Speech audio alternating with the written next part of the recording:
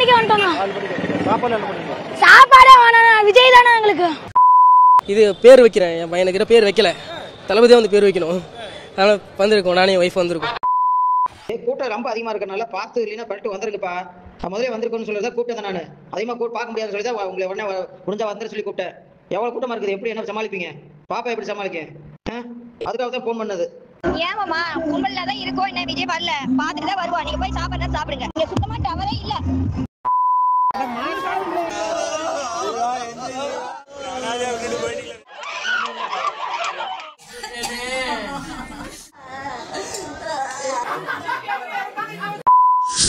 அஸ்ஸலாமு அலைக்கும் வரஹ்மத்துல்லாஹி வபரகாத்துஹு. ரபி ஷ்ரஹ் லி சத்ரி வ யஸ்ஸிர் லி அம்ரி வஹ்லுல் உக்தத்தம் மின் லிசானி யஃப்கஹு கௌலி. அல்ஹம்துலில்லாஹ். இன்றைக்கி நம்ம எதை பற்றி பார்க்க போகிறோன்னா, நம்ம பொதுவாக நம்மளுடைய சேனலில் மார்க்க விஷயங்களை பற்றி பேசுவோம். அந்த மார்க்க விஷயத்தை கலந்து உலக விஷயங்கள் என்ன இருக்கோ அதை பற்றி பேசுவோம். இன்றைக்கி முழுக்க இந்த சமுதாயத்தில் நடந்த ஒரு பயங்கரமான ஒரு துக்க சம்பவத்தை பற்றி நம்ம பேச போகிறோம். இது இஸ்லாமியர்களுக்கான பதிவு மட்டும் கிடையாது, இஸ்லாமியர்கள் அல்லாத எல்லாருக்குமான இது ஒரு முக்கியமான ஒரு பதிவு. தயவுசெய்து இதை முழுமையாக கேளுங்க. தமிழ்நாட்டில் கரூரில் செப்டம்பர் 27 டிவிகே கட்சியினரால் ஒரு பொதுக்கூட்டம் நடத்தப்பட்டது. இதில் 40க்கும் மேற்பட்ட உயிர்கள் மரணங்கள் நடந்திருக்கு. இதில் இன்னும் எத்தனை பேர் போவாங்கன்னே தெரியல. அந்த அளவுக்கு நிறைய பேர் சீரியஸாக ஹாஸ்பிட்டலில் இருக்காங்க. இதுக்கான காரணம் என்ன அப்படின்னு சொல்லி இப்போ நிறையா சர்ச்சைகள் நடந்துக்கிட்டு இருக்கு. டிஎம்கேக்காரங்க இல்லை டிவிகே நடத்தின கட்சியுடைய ஒருங்கிணைப்பு சரி கிடையாது, அவங்க விஜய் லேட்டாக வந்துட்டார், அதனால தான் இந்த பிரச்சனை அப்படின்னு சொல்கிறாங்க. இந்த பக்கம் பார்த்தோன்னா டிவிகேக்காரங்க டிஎம்கேக்காரங்களுடைய அந்த சப்போர்ட் சரியில்லை, போலீஸோடைய பந்தோபஸ்து சரியில்லை, அவங்க எங்களுக்கு ஒதுக்கின இடம் சரியில்லை அப்படின்னு சொல்லி ஒருத்தர் மாறி மாறி குறை சொல்லிக்கிறாங்க. ஆனால் உண்மை என்ன, யார் மேலே உண்மையான குற்றம் அப்படிங்கிறத நம்ம கொஞ்சம் நினச்சி பார்க்கணும்.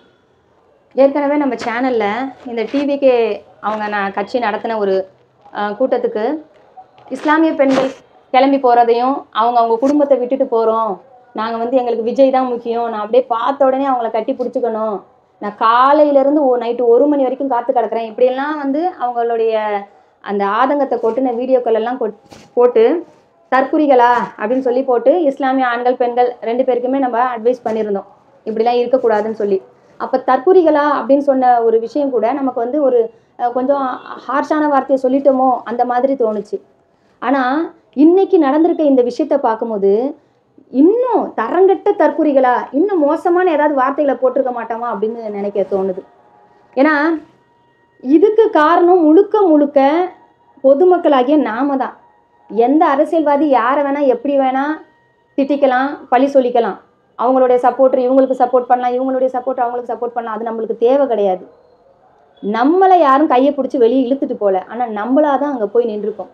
அதாவது ஒன்று சொல்லுவாங்க தெரியுமா, இந்தியா வெள்ளைக்காரங்க கிட்டேருந்து சுதந்திரம் அடைஞ்சிருச்சு, ஆனால் கொள்ளைக்காரங்க கிட்டேருந்து சுதந்திரம் அடையலை அப்படின்னு சொல்லி அரசியல்வாதிகளை சொல்லுவாங்க. இப்போ உண்மையுமே நினச்சி பார்த்தா அந்த வெள்ளைக்காரங்களாவது அவங்க சுதந்திரம் கொடுக்கல, அதனால் மக்கள் அடிமைப்பட்டு போய் கிடந்தாங்க. ஆனால் இன்னைக்கு இந்த நடிகர்கள், இந்த அரசியல்வாதிகள் அப்படிங்கிற கொள்ளைக்காரங்க பின்னாடி மக்களாக அடிமைப்பட்டு அவங்களே அடக்குமுறைக்குள்ளே ஆக்கிக்கிறாங்க. என்னங்க உங்களை விட அவங்க மேலே அப்படி போயிட்டாங்கன்னு சொல்லி நீங்கள் அவங்களுக்கு பின்னாடி போய் நிற்கிறீங்க? உங்களுடைய பச்சை குழந்தைங்களெல்லாம் கொண்டுட்டு போய் நிற்கிறதுக்கு உங்களுக்கு என்னங்க பைத்தியம் பிடிச்சிருச்சா? அந்த பச்சை குழந்தை இறந்துருச்சா, அதுக்கு என்ன நீங்கள் பதில் சொல்ல போகிறீங்க? உங்கள் குழந்தை கொள்றதுக்கு உங்களுக்கு உரிமை இருக்குதா? அந்த குழந்தை கேட்டுச்சா நான் அங்கே போய் நிற்பேன், நான் விஜயை பார்த்து நான் இறந்து போவேன்னு சொல்லி கேட்டுச்சா? அங்கே போய் தான் பேர் வைக்க போகிறான்னு ஒருத்தர் சொல்கிறாரு, குழந்தைய கொண்டு போய் பேர் வைக்கக்கூடிய இடமா அது? அதாவது அந்த பேர் வைக்கிறாரே அவர் என்ன அந்த குழந்தைக்கு மாமாவா? தாய் மாமன் சொல்லி அவர் ஸ்டேஜில் பேசினோடனே அவர் தாய் மாமன் ஆயிடுவாரா? இல்லை, நீ எந்த கூட்டத்துக்குள்ளே கொண்டு போய் அந்த குழந்தைய போய் நிற்கிற நீனு? சரி, இந்த பிள்ளைங்களாவது வெளியே வந்துருச்சு, வயிற்றில் உள்ள ஒரு குழந்தைய ஒரு புள்ளத்தாச்சி பொண்ணு போய் அங்கே போய் நின்று அந்த புள்ளத்தாச்சி பொண்ணு இறந்து போயிருக்கு. இது எப்படியாப்பட்ட கொடூரமான ஒரு விஷயமா இருக்குது. ஏங்க அது உலகத்தையே பார்க்கல, நீ உலகத்தை பார்த்த பிள்ளைய தான் என்ன சொல்கிற, அது விஜய் மாமாவை நான் பார்ப்பேன்னு சொல்லிச்சு அப்படின்னு சொல்லி சொல்கிற. நீ உன்னுடைய வளர்ப்பு அவ்வளோ கேவலமாக இருக்குது. ஒரு குழந்தையிலே வந்து அந்த பிள்ளை வந்து சொல்லுதான், நான் விஜய் மாமாவை பார்க்கணும்னு சொல்லுதான். சின்ன பிள்ளைங்க 4-5 வயசு பிள்ளைங்க, 10 பிள்ளைங்களுக்கு மேலே குழந்தைங்க, புள்ளத்தாச்சு வயிற்றுல இருக்க பிள்ளைய அழிச்சிருக்கிறீங்க. இதுக்கெல்லாம் எவ்வளோ பெரிய ஒரு கொடுமையான ஒரு விஷயம். ஒரு மனுஷன் மெசேஜ் அனுப்புகிறாரு, ஒரு கணவர் வந்து ஒரு மனைவிக்கு மெசேஜ் அனுப்புகிறாரு, ஏம்மா நீ வந்துரு, வீட்டுக்கு வந்துரு, நீ அங்கே இருக்காத, அங்கே கூட்டம் ஜாஸ்தி ஆகிக்கிட்டே போகுது, உன் கையில் அந்த சின்ன பிள்ளை, அதாவது ஒரு 10 வயசு பொண்ணு ஒன்று இருக்குது, பாப்பாவுக்கு மூச்சு திணறல் வந்துருப்பது, வந்துருமா, இல்லை நான் விஜயை பார்த்துட்டு வருவேன், நீ சாப்பிட்டு படு அப்படின்னு சொல்லி இந்த அம்மா அங்கேருந்து அனுப்புகிறாங்க. கடைசியில் அந்த மனைவி அந்த பொண்ணு அவங்க 2 பேருமே இறந்துட்டாங்க. அவர் இன்னைக்கு 50 நிற்கிறாரு.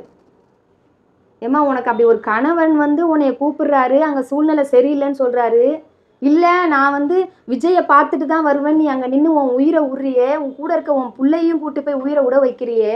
ஒரு கணவன் கிளம்பி வான்னு சொல்கிறாரு, ஆனால் கிளம்பி வர முடியாமல் அந்த விஜயை பார்த்துட்டு தான் வருவேன்னு அந்த 10 வயசு குழந்தையோடு அங்கே நிற்கிறாங்க.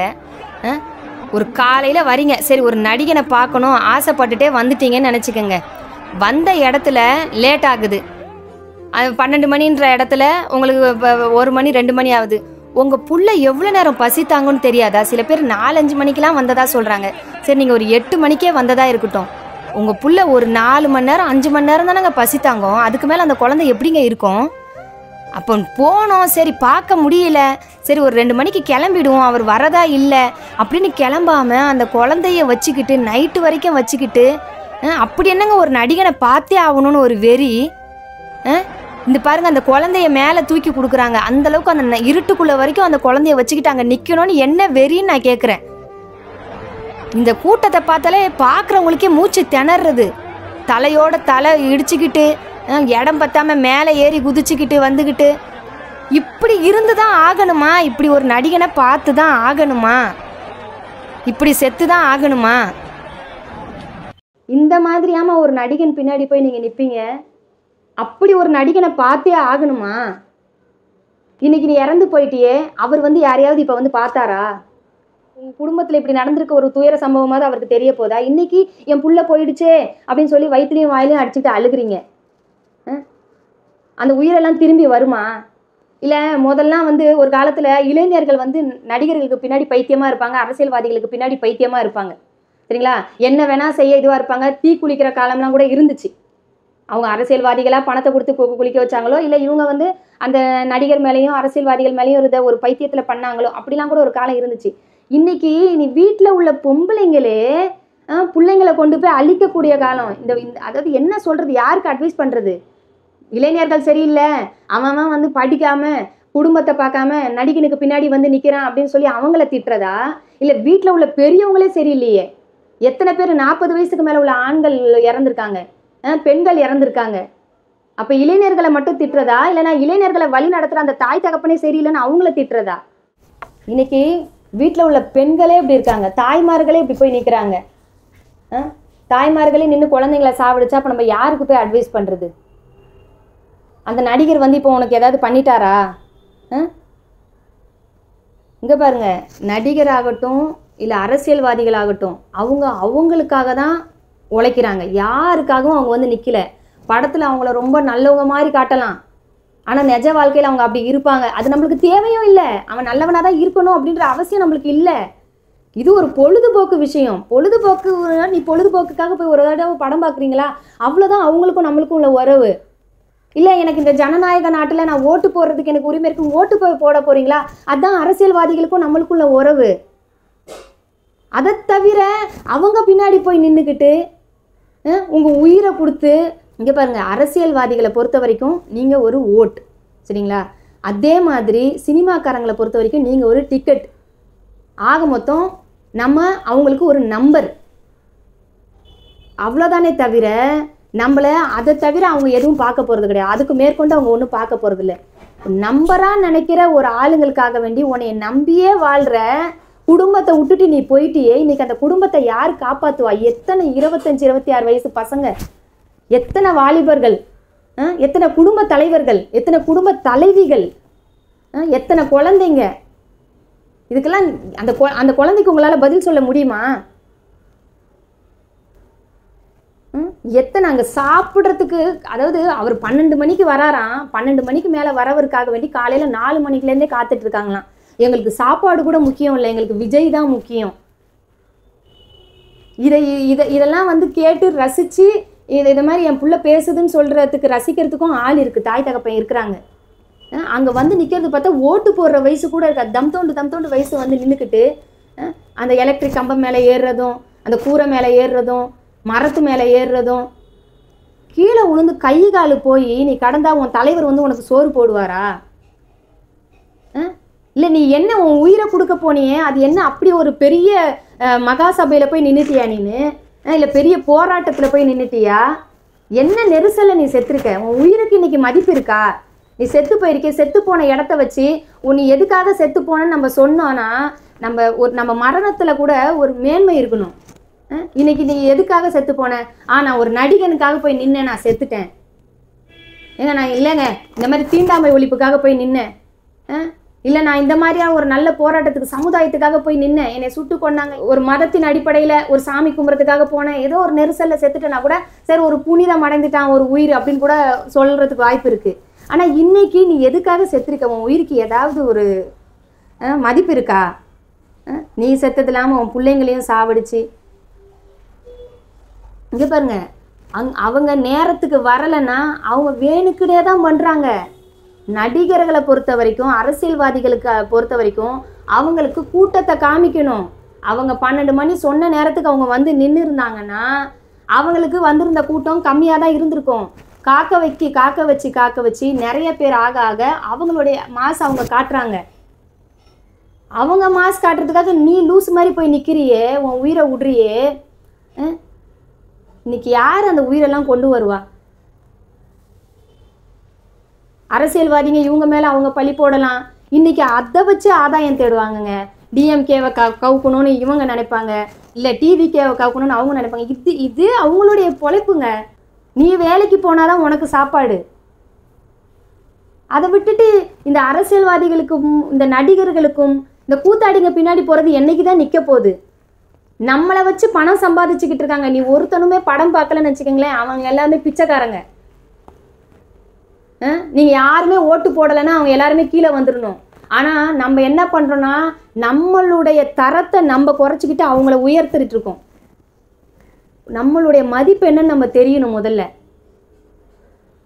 நமக்கு நம்ம மதிப்பு தெரியறது இல்லை. நம்ம வந்து அவங்கள உயர்வாக நினைக்கிறோம். காலையில் 4 மணிக்கே வந்து நான் காத்து கிடக்கிறேன் அப்படின்னு சொல்கிறத பெருமையாக சொல்லிக்கிட்டு அங்கே நின்றுக்கிட்டு இருக்கிறாங்க 7 மணி வரைக்கும். இதே மாதிரி உன் தாய் தகப்பனுக்காக நிற்பியா? ஒரு நாள் வீட்டை போட்டு எங்கேயாவது வெளியே போயிட்டாங்கன்னா கொஞ்ச நேரம் நீ வெளியே வெயிலில் நிற்கிறேன்னு நினச்சிக்க.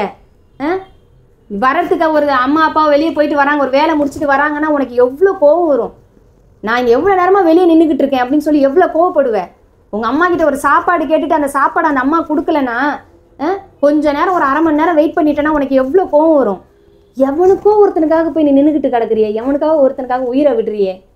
இது விஜய்னு இல்லை, இந்த இடத்துல யார் இருந்தாலும் சரி, எந்த அரசியல்வாதி இருந்தாலும் சரி, யாருக்காகவுமே நம்ம அழிச்சிக்கிறது மாச்சிக்கிறது எவ்வளோ பெரிய ஒரு குற்ற செயல். இந்த குற்றத்தை இப்போ பண்ணவங்க யாரு? நம்ம யார் மேலேயாவது அவங்க மேலே நம்ம பழி சொல்ல முடியுமா? யாரும் பொறுப்பேற்றுக்க மாட்டாங்க.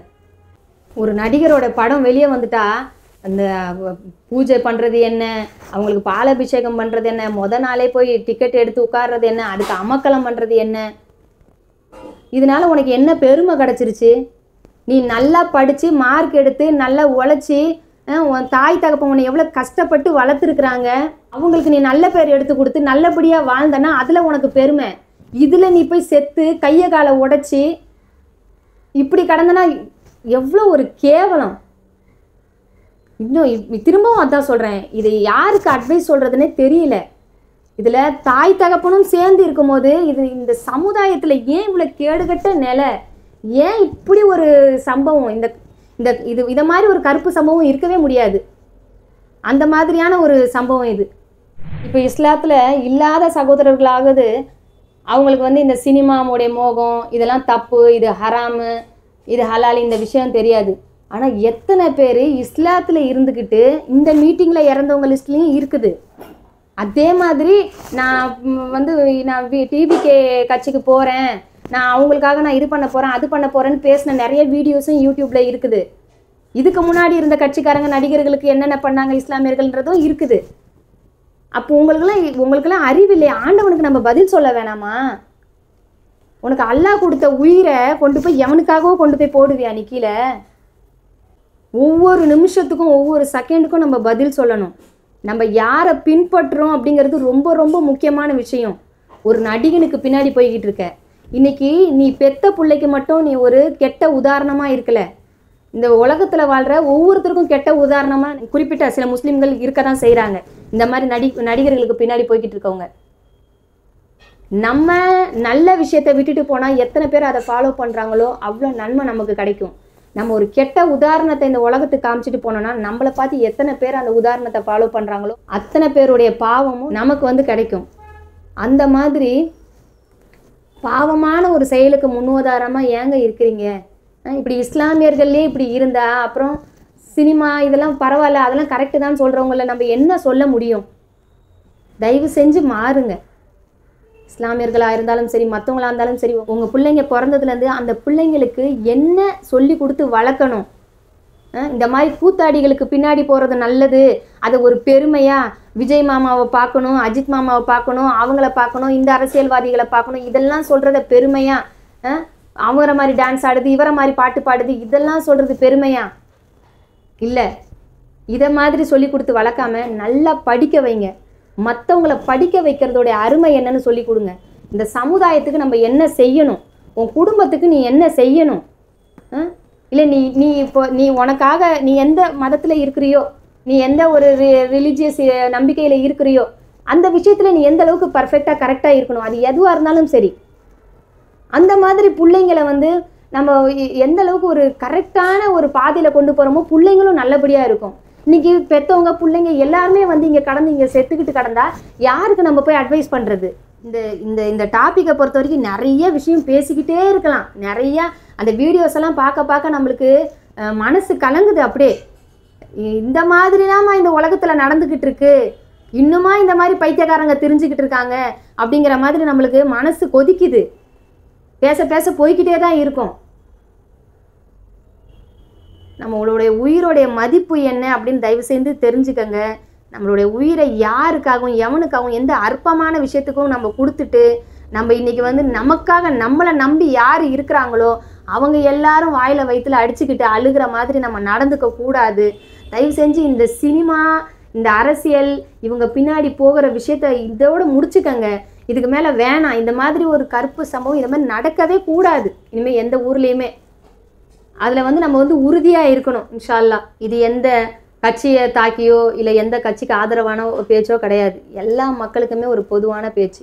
இந்த வீடியோ மூலயமா நம்ம அரசாங்கத்துக்கு சொல்லிக்கிற ஒரு கோரிக்கை என்னென்னா, இந்த அரசாங்கம் இல்லை எந்த அரசாங்கம் வந்தாலும் எந்த மீட்டிங் அரேஞ்ச் பண்ணிங்கனாலும் தயவு செய்து, அதாவது மாஸ்க் காட்டுறதுக்காக வேண்டி லேட்டாக வராங்க பார்த்தீங்களா, அதை தவிர்க்கணுன்னா, அதாவது அந்த டைமுக்குள்ளே வரலன்னா அதை தயவுசெய்து கேன்சல் பண்ணிவிடுங்க.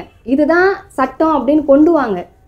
12 மணிக்கு மீட்டிங்கா, ஒரு மணி 2 மணி வரைக்கும் வெயிட் பண்ணலாம். நீங்கள் 7 மணி வரைக்கும் அந்த மீட்டிங்க்கு டைம் கொடுத்துட்டு இருந்தா அந்த இடத்துல பொதுஜனங்கள் அதிகமாகிட்டே இருக்கும். இதை நம்ம அரசாங்கத்து மேலே உள்ள குறையா சொல்லலை, இதை கொஞ்சம் கன்சிடர் பண்ணுங்கன்னு சொல்கிறோம். சரிங்களா? இதை அதாவது நம்ம ஒருத்தருக்கு ஒருத்தர் மேலே பழிய போகிறத விட நம்ம சைட்லேருந்து நம்ம என்ன ஆக்ஷன் எடுக்கணும் அப்படிங்கிறதையும் பார்க்கணும் இல்லையா? ஒரு மீட்டிங்கை வச்சோன்னா அந்த மீட்டிங்க்கு டைமுக்கு அந்த யாராக இருந்தாலும் சரி, எந்த கட்சிக்காரங்களாக இருந்தாலும் சரி, இப்போ ஆளும் கட்சியாக இருந்தாலும் சரி, எதிர்கட்சியாக இருந்தாலும் யாராக இருந்தாலும் சரி, அதாவது நாட்டை ஆள்ற கட்சியோடைய இது என்னென்னா, அவங்க மீட்டிங் நடத்துகிறவங்களுக்கு ஒரு குறிப்பிட்ட நேரத்துக்கு மேலே அவங்க லேட் ஆக்கினாங்கன்னா அதை கேன்சல் பண்ணி விட்டுருங்க. இந்த மாதிரி கொஞ்சம் உயிரிழப்புகளை தவிர்க்கலாம். திரும்பவும் பொதுமக்களுக்கு நான் என்ன சொல்லிக்கிறேன்னா, தயவுசெய்து இந்த சினிமா போதை, அரசியல் போதை இதிலருந்துலாம் வெளியே வாங்க. நம்மளை வச்சு தான் அவங்கள வச்சு நம்ம இல்லை. சரிங்களா? தயவு செய்து வெளியே வாங்க. சமுதாயத்தை இனிமேல் வேறு மாதிரி மாற்றுங்க. இந்த மாதிரி விஷயங்கள், அடிமைத்தனங்கள்லேருந்து நம்ம வெளியே வரணும். கண்டிப்பாக வரணும். இந்த மாதிரி விஷயம் திரும்ப நடக்கக்கூடாது அப்படிங்கிறத நம்ம எல்லாருமே வேண்டிக்கிறோம். இறைவன் அனைவருக்கும் நேர்வழி அளிப்பானாக. வாஹிர் தவானா அல்ஹம்துலில்லாஹி ரப்பில் ஆலமீன். அஸ்ஸலாமு அலைக்கும் வரஹ்மத்துல்லாஹி வபரகாத்துஹு.